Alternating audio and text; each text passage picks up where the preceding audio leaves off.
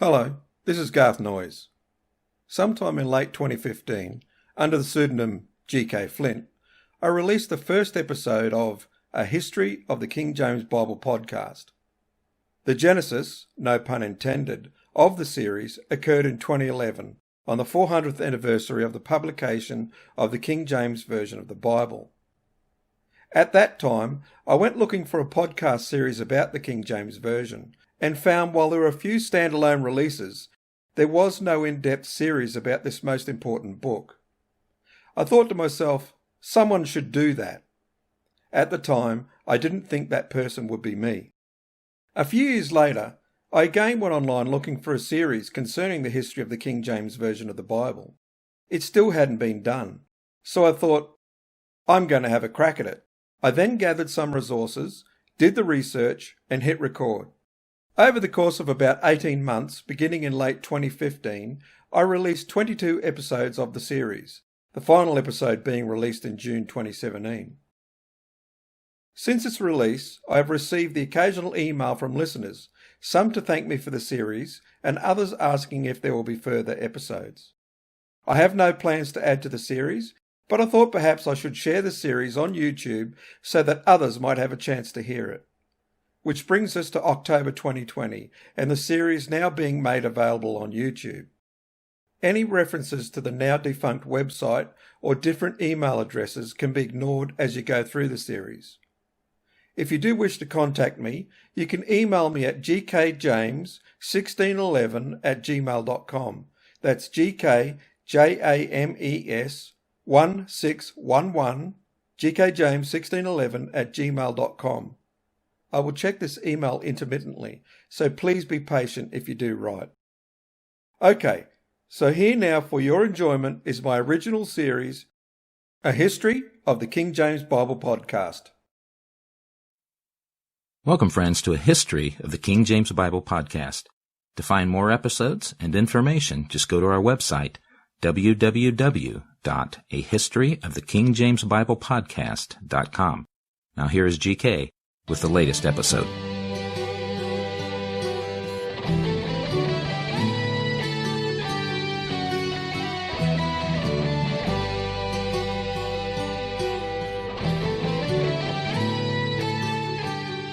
Hello and welcome to A History of the King James Bible podcast, episode 8. In this episode, we're going to discuss the rules that were laid down for the new translation of the Bible, which from our perspective was the major outcome of the Hampton Court Conference, which was covered in some detail in episode 7. So let's get started. Let's now turn to the man who was put in charge of overseeing the translation of the new Bible. The man we've just heard a little bit about during the Hampton Court Conference episode, that's episode 7. That man is Richard Bancroft.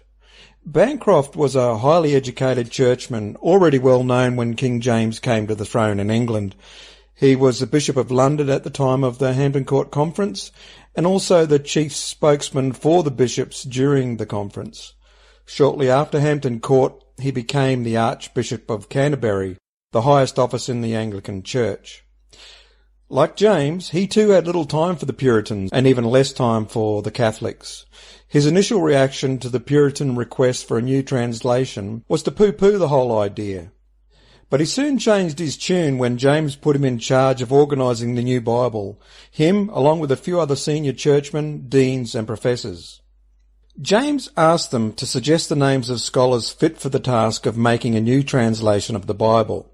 Now we'll get to the scholars chosen for this work, and as I mentioned in my opening episode of this series, studying these scholars and their work is the reason I got interested in doing this whole series in the first place. So we're going to be spending some time getting to know them real soon in upcoming episodes. But for now, let's take a look at the list of rules given to the translators by Bancroft. Bear in mind, these instructions were passed to the translators by Bancroft as if from the king himself, so they carry a lot of weight. Also note, as Nicholson points out in his book God's Secretaries, and see my references page on the website for a list of books and articles used in this series. Just go to www a history of the King James Bible podcast.com and go to the references tab at the top of the page. And there you'll find the list of books and articles, and you can look for them yourself. So Nicholson points out that with these rules, there's no room for inspiration here. These are rules to be followed with the greatest attention to be paid to the details. Now, I think this is a somewhat significant point, and one to consider if you're of a mind to argue about the divine inspiration of the King James Version. Now, I'm not saying God wasn't involved in this translation. That's not what I'm saying. But Bancroft's rules are not for prophets who receive visions. These are rules for scholars under orders, if you take my meaning. And the final work was, and it's still not without its critics. One scholar who was passed over for selection as a translator wrote after its publication that the translators would have to give an account on the Day of Judgment for the hundreds of ill words he encountered within it. I just bet that went down like a stale scone when the translators heard that one. But we're getting ahead of ourselves a little bit here. Let's go to Bancroft's rule number 1. Rule number 1. The ordinary Bible read in the church, commonly called the Bishop's Bible, to be followed, and as little altered as the truth of the original will permit. Now, the Bishop's Bible was the official Bible of the time, and while not as good as the Geneva, it was what was used in the churches in that day, and we know what James thought of the Geneva. The Bishop's Bible was heavily Latinized, and it wasn't popular with the Puritans, with one of them having said he would prefer to read the Quran. Whoopsie, looks like we need a new translation. The king doesn't like the Geneva, and the Puritans don't like the bishops. The Bishop's Bible was written in a very lofty style, perhaps well above the layperson is what I'm thinking. Actually, in some places it was even funny. For example, in Ecclesiastes 11, verse 1, the King James reads, "Cast thy bread upon the waters," whereas the Bishop's Bible has it as, "Lay thy bread upon wet faces." Now, from our 21st century viewpoint, that one is definitely a what were they smoking moment. Anyway, to be honest, I'm not clever enough to advise whether one should or shouldn't read the Bishop's Bible, and that's the truth. But as we'll see, the translators did have room to wiggle with this rule just a little bit. In terms of other versions that they were allowed to use, we're going to see a bit about that a bit further down the list here. And it's estimated that ultimately they used about 8% of the Bishop's Bible's phraseology. Phew. Thank goodness for that, or we might all be wandering around with wet bread on our faces if they didn't change that one. Moving on to rule number 2. The names of the prophets and the holy writers, with the other names of the text, to be retained as nigh as may be, accordingly as they were vulgarly used. Okay, now we're going to have some more fun with this one as well. I'm thinking with this one, we're again seeing some of James's anti-Geneva Bible bias. As we learned in a previous episode, the Geneva was full of annotations, which James detested.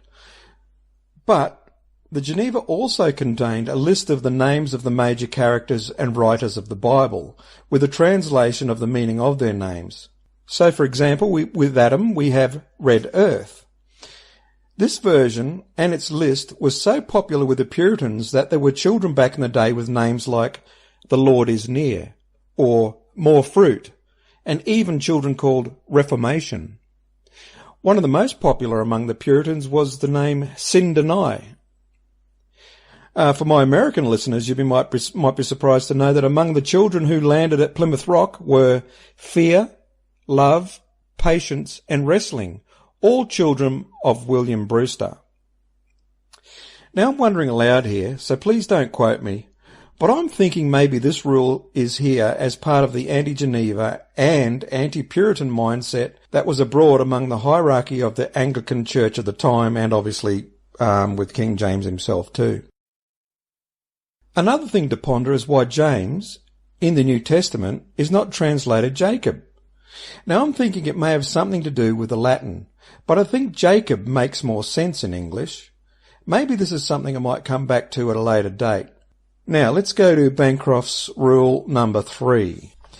The old ecclesiastical words to be kept, viz. the word church not to be translated congregation, etc. Okay, so now here I'm going to defer to Nicholson's God's Secretaries. Again, see my references list on the website. You can track down most of the books if you have a mind to, some on a well-known bookseller's site or some out of print on a well-known auction site. There'll be a couple that aren't very easy to come by. For example, Opfell's The King James Bible Translators is a bit scarce and it can be expensive to get. But Nicholson's God's Secretaries is widely available. Okay, so let's have a look what Nicholson has to say about Bancroft's third rule, and I'll read that again. The old ecclesiastical words to be kept, viz. The word church, not to be translated congregation, etc. Bancroft, and almost certainly the king, was not prepared to give any ground in the language of the translation to the Presbyterians, who denied any scriptural authority to bishops, or separatists, who would in time call themselves independents and then Congregationalists. Now, if I remember rightly, one of our former Prime Minister's father was a former Congregationalist pastor back in the day when they still had the Congregationalist churches, but then I think they all became part of the Uniting Church when they grouped together with the Presbyterians and the Methodists, but that's just a bit of an aside there. Where were we? This was one of the oldest nubs of Bible translation. William Tyndale, in his great 1526 groundbreaking translation of the New Testament, had translated ecclesia, not as church, but as congregation, and presbyteros, not as priest, but as senior, which he later changed, under pressure from Thomas More, to elder, as being the more English word. The entire meaning of the Reformation hinges on these differences. A presbyter, an elder, has no ancient priestly significance. He is not the conduit of God's grace. He does not interfere with the direct relationship of each soul to God, nor, in Luther's famous phrase, with the priesthood of all believers. If presbyter is what the Scripture says, what need is there of bishops and archbishops?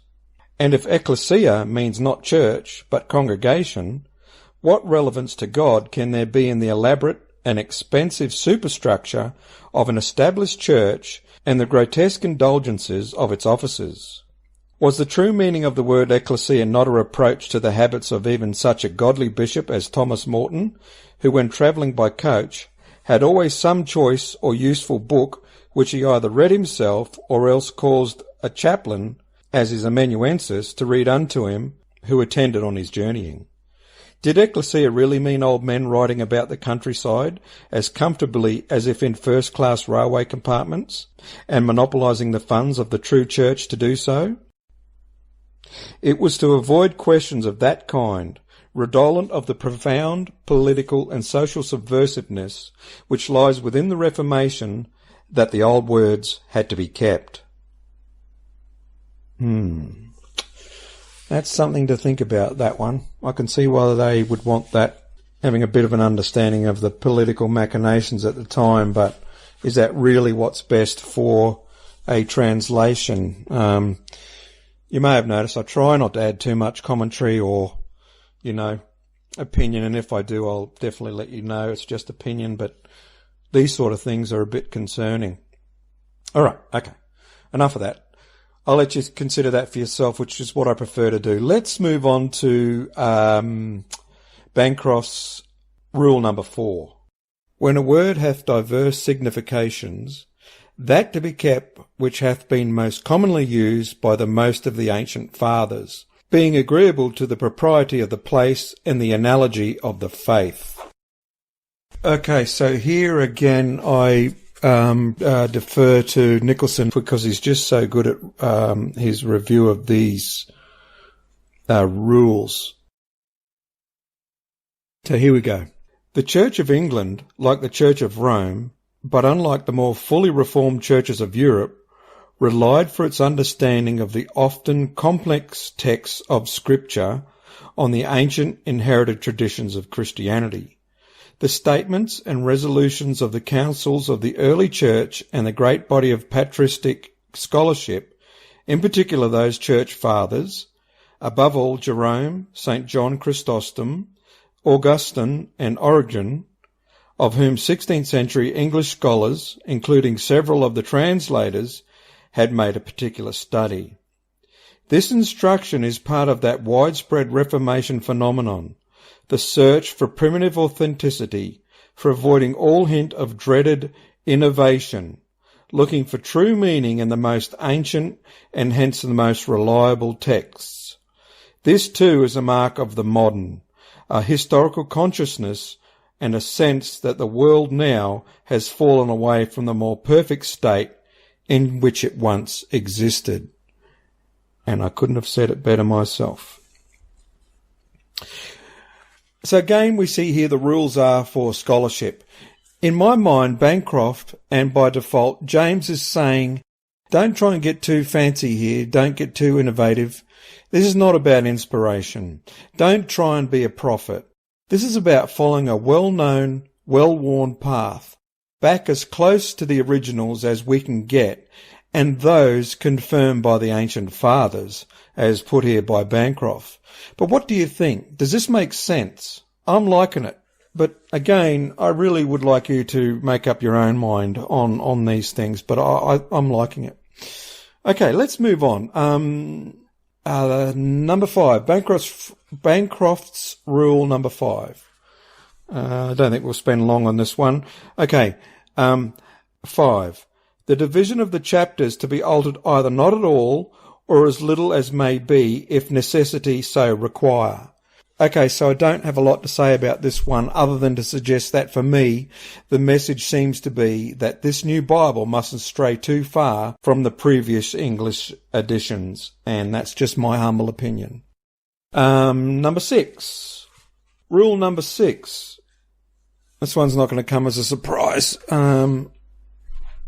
Just get some more light here.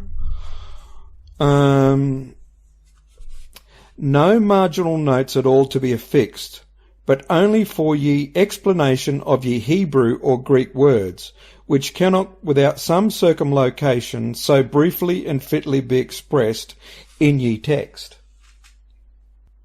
Now, we discussed this point at some length in episode 7, so if you haven't yet heard that, it might be helpful as I covered it in some depth there. But suffice it to say that this is partly about James's disdain for the Geneva Bible, but there's something else going on here. Something that makes the King James Version such an important document in the history of the English language. Let me once again read from Nicholson's God's Secretaries. The kind of notes with which the Geneva Bible was littered, so violently disliked by James, were not to be admitted. But the crucial point is this: there were to be no marginal notes at all, not even those which might conform to the ideology of the established Jacobean Church. The text, as all good Protestants might require, was to be presented clean and sufficient of itself, except where the actual words of the original were so opaque that a circumlocution might not explain them within the text. Circumlocution did not mean then quite what it means now. Thomas Wilson, in The Art of Rhetoric, published in 1553 and in use throughout the 16th century, had described circumlocution as a large description either to set forth a thing more gorgeously or else to hide it. The words of this translation, then, could embrace both gorgeousness and ambiguity, did not have to settle into a single doctrinal mode, but could embrace different meanings, either within the text itself or in the margins. This is the heart of the new Bible, as an Irenicon, an organism that absorbed and integrated difference, that included ambiguity, and by doing so established peace. There it is again, peace. If you listen to nearly every episode, I point out how important it is for James to seek peace and peace and unity. I've seen it argued that some of the stuff that he did further down the track, in fact, caused the opposite. But I think the evidence shows that during his reign, that this is, essentially the the fact that there was more peace and unity than there was beforehand or afterwards. But I'm sort of going over old ground there. It is the central mechanism of the translation, one of immense lexical subtlety, a deliberate carrying of multiple meanings beneath the surface of a single text. This single rule lies behind the feeling which the King James Bible has always given its readers, that the words are somehow extraordinarily freighted with a richness which few other texts have ever equalled. Again and again, the Jacobean translators chose a word not for its clarified straightforwardness, which had been Tyndale's focus in the 1520s and 30s, and the Geneva Calvinists in the 1550s, but for its richness, its suggestiveness, its harmonic resonances. That is the heart of the Irenicon. Divergence held within a singularity. James's Arcadian vision made word. So there was a lot there, and I'm not saying I understand it all, but I think it highlights what I said at the beginning of that point. This is one of the things that makes the King James Bible such a big deal in the progression of the English language, especially its written form. Let's move on to Bancroft's rule number 7. Such quotations of places to be marginally set down as shall serve for fit reference of one scripture to another.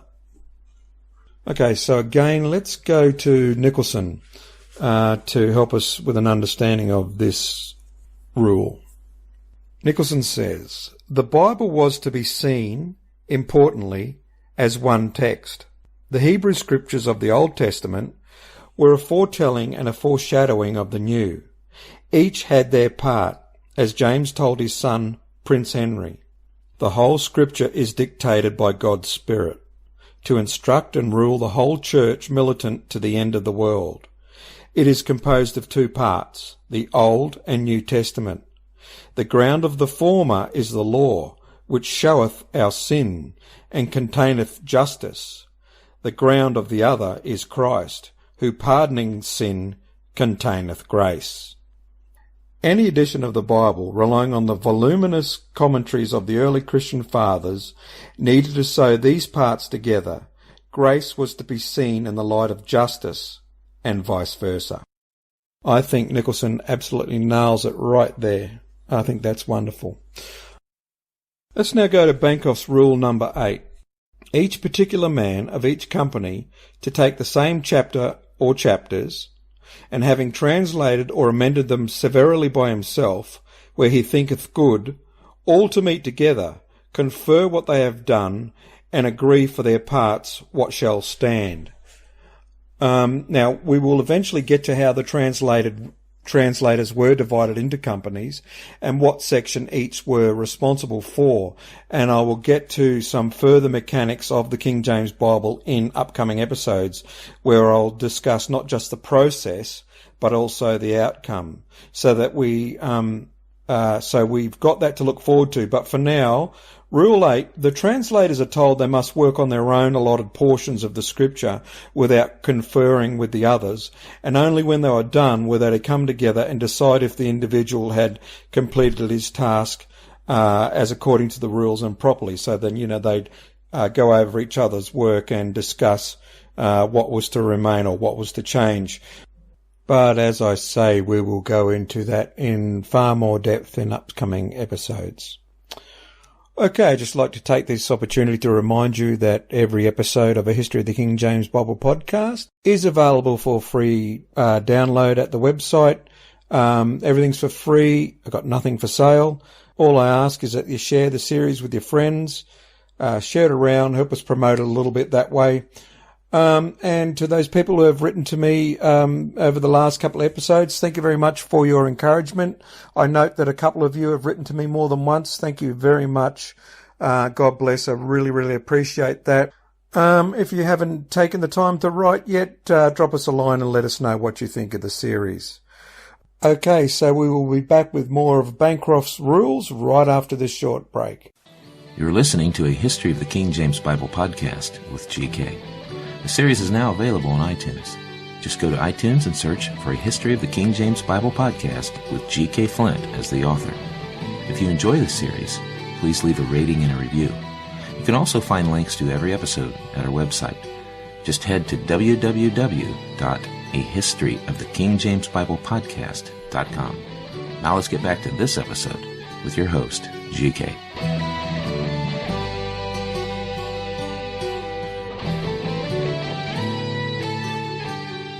Yes, and thanks very much to Mike there for the introduction and the help with the voiceovers. Okay, so now let's go to Bancroft's rule number 9. As any one company hath dispatched any one book in this manner, they shall send it to the rest, to be considered of seriously and judiciously, for his Majesty is very careful in this point. Okay, so if you've been listening closely, paying attention to these rules, you'll note that this is the first time that the king himself is mentioned within the rules. His Majesty is very careful of this point. Why? As I've said a couple of times earlier, we will look closely at the division of companies and who was in each, but at this point, I'll tell you that there were to be 6 companies of men, 2 each from Westminster, Cambridge, and Oxford. So back to the question. Why is this rule so important? Well, it seems that the Westminster companies were to be led by men loyal to the crown. But James knew Cambridge had some years earlier been the hotbed of Presbyterianism, and one of the masters from one of its colleges was set to be on this committee. And what of the Oxford crew? Well, none other than John Reynolds would be part of that team. Remember him from the Hampton Court Conference? He'd been one of the poor Puritans who were on their knees before the king while he harangued them. So go back to episode 7 for more on that. And now we see why this one is so important. The king and Bancroft are intent on keeping a lid on any Puritan tendencies that might come through the translation, because the Westminster Company is going to be well stacked with the king's men, and each company's work is to be reviewed by the other. So this way he can keep control and keep a lid on the Puritans by having those in the other companies review their work. And those of the Westminster Company are going to be some of the finest minds and translators of the time. But again, we will get to that in future episodes. Okay, so now to Bancroft's Rule 10. Rule 10. If any company, upon the review of the book so sent, doubt or differ upon any place, to send them word thereof. Note the place, and withal send the reasons, to which if they consent not, the difference to be compounded at the general meeting, which is to be of the chief persons of each company at the end of the work. Okay, so this is another level of quality control. I think there were to be I think it's 4 or 5 reviews from start to finish. So you can see that careful attention was to be paid to the final outcome. Very careful attention is paid to each person's work, each company's work, and so that they can be sure of the final product. Okay, rules 11 and 12 are more levels of quality control, so I'll just read those. Rule 11. When any place of special obscurity is doubted of letters to be directed, by authority, to send to any learned man in the land for his judgment of such a place. So this is pretty cool. So if there's some doubt, it can be sent to any learned man in the land for their assistance in helping with the translation. So I think that's pretty cool. Rule 12. Now this one's also pretty interesting. Letters be sent from every bishop to the rest of his clergy, admonishing them of this translation in hand, and to move and charge as many as being skillful in the tongues, and having taken pains in that kind, to send his particular observations to the company, either at Westminster, Cambridge, or Oxford. So this is for the bishops to send out to those educated men that they know of who are skilled in the ancient languages for assistance. Now, Rule 13 is a simple one. It just lays down what office holders are to lead the company. So I'll just read that. Rule 13. The directors in each company to be the deans of Westminster and Chester for that place, and the king's professors in the Hebrew or Greek in either university. Okay, so that shows who's going to lead the companies, their specific office bearers, who will be in charge of each of the 6 companies. Now to Rule 14. Now with Rule 14, we have to keep Rule 1 in mind. So let me read Rule 1 for you first, and then we will read Rule 14 and discuss it. Rule 1. The ordinary Bible read in a church, commonly called the Bishop's Bible, to be followed, and as little altered as the truth of the original will permit. Okay, so think about that as I read Rule 14. These translations to be used when they agree better with the text than the Bishop's Bible. Tyndall's, Matthews, Coverdale's, Whitchurch's, Geneva. Okay, so this is a list of the Reformation Bibles that the translators can use, and I would argue a rather inclusive list, knowing how much James disliked the Geneva, because it's there. It demonstrates the English Church's recognition and respect for the versions that came before this new endeavour. I'd also point that out. Now, of interest is there was another Bible in English that's missing from this list, the Douay-Rheims Bible, which is the Catholic translation of the Latin Vulgate into English. Now, it was published to uphold the Catholic tradition over against the Reformation, and I'm sure the publication of so many Protestant Bibles, I'm sure that's why they bought that version out in English. But that's obviously missing from this list because this is an Anglican church with control here, and we don't want to have the Catholic input into the new Bible. Okay, let's go to our final rule here, Rule 15.